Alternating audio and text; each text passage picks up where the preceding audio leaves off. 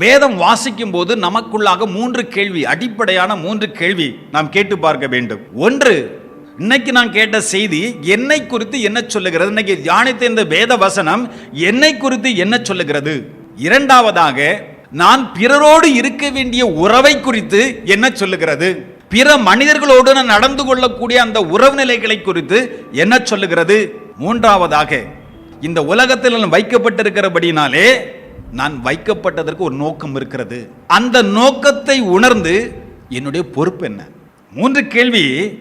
என்னை குறித்து என்ன சொல்லுகிறது? பிறரோடு நான் இருக்க வேண்டிய உறவை குறித்து என்ன சொல்லுகிறது? உலகத்தில் இருக்கும்போது என்னுடைய பொறுப்பு என்ன? இப்படி நம்ம என்ன தெரியுமா செய்யணும்? கேள்வி கேட்டு கேட்டு கேட்டு நம்ம சரி செய்து கொண்டே இருப்போமானால் நாம் கேட்கக்கூடிய நல்ல செய்திகள் நம்முடைய வாழ்க்கையில நல்ல செயல்களை என்ன தெரியுமா செய்யும்? விளைவிக்கக்கூடியதாக என்ன செய்யப்படும்? காணப்படும்.